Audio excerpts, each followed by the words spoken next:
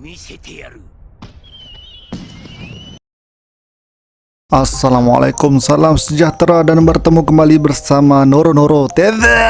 Terdapat banyak juga perkara terjadi dalam chapter 261 yang boleh dikupaskan. Kita mulakan dengan ayat Yuji di mana dia mahu hancurkan jantung Sukuna, dan selepas itu Yuji tak sempat nak habiskan ayat dia. Apa yang Yuji akan lakukan itu mungkin berkaitan dengan cara untuk menyelamatkan Megumi. Tapi ayat Yuji itu juga sebenarnya sama dengan apa yang dikatakan oleh Gojo dalam chapter 229. Jadi mungkin ayat Yuji yang tergantung itu sama saja dengan apa yang dicakap oleh Gojo. Okey, seterusnya ialah berkenaan asal usul keturunan Yuta. Seperti yang dikatakan oleh Uro dalam chapter 176, nenek moyang Yuta berkemungkinan besar datang daripada klan Fujiwara. Namun Gojo telah menyelidik dan mendapati Yuta ialah saudara mara jauh Gojo, yang mana nenek moyang mereka merupakan seorang Sugawara. Menurut kata Gojo, klan Fujiwara dan klan Sugawara bergaduh teruk di zaman silam. Tapi Uro dan Gojo mungkin juga betul yang Yuta punya nenek moyang ialah kedua-dua Fujiwara dan Sugawara. Perkara ini boleh berlaku hanya dengan satu cara yang aku boleh fikir, iaitu melalui perkahwinan. Satu lagi perkara gila berkenaan Yuta yang boleh dibuat teori ialah bukan saja dia bersaudara dengan Gojo, malahan dia juga mungkin mempunyai ikatan darah dengan Kenjaku. Melihatkan Fujiwara yang ditunjukkan dalam chapter 176, rupa dia hampir sama dengan mayat yang diambil alih oleh Kenjaku dalam chapter 187. Kita sudah tahu yang Uro hidup pada 1000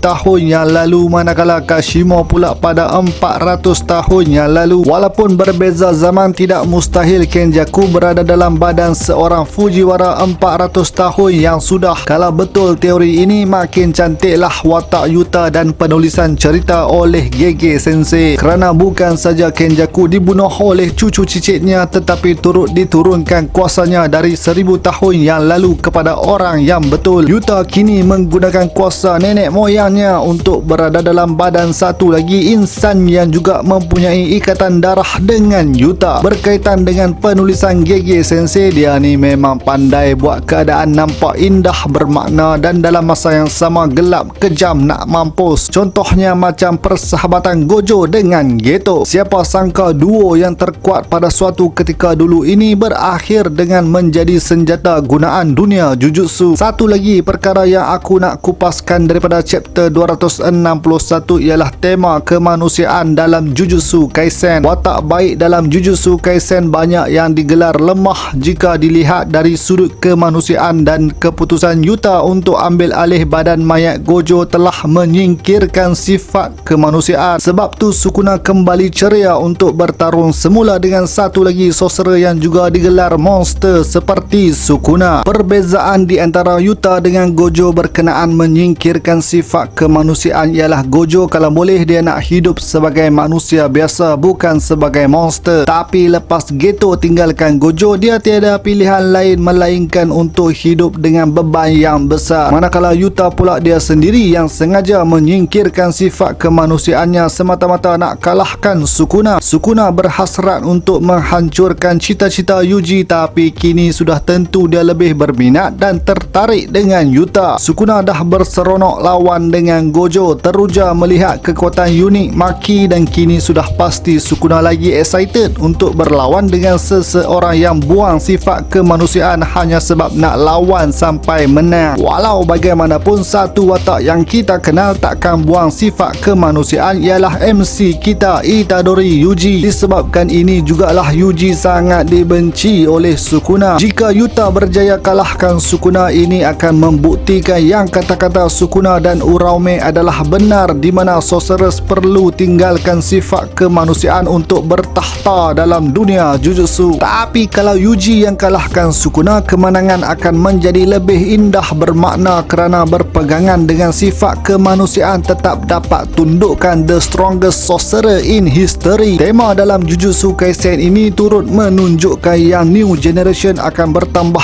kuat dengan masih menggunakan idea orang lama seperti buang sifat kemanusiaan oleh Sukuna dan berpegang teguh dengan sifat kemanusiaan oleh Yuki. Disebabkan inilah Gojo pernah berkata yang generasi baru sorcerers semua tidak hanya perlu bergantung kepada title special grade. Watak Yuta dan Yuji ni memang terbaiklah dan sebenarnya banyak lagi perkara yang boleh dikupaskan mengenai mereka berdua. Tidak lupa juga watak MC sebenar Jujutsu Kaisen, Ryomen Sukuna. Apakah nasib ketiga-tiga watak hebat ini, dan mari kita saksikan dahulu kesudahan bagi perlawanan Yuta dalam badan Gojo menentang Sukuna dalam badan Megumi. Alright again, sampai sini saja video aku. Macam biasalah, jangan lupa untuk like, share dan terima kasih kepada yang dah menjadi sorcerer. Kepada yang belum subscribe, come on man, join the family, subscribe. Jumpa lagi di episod seterusnya. Noro TV.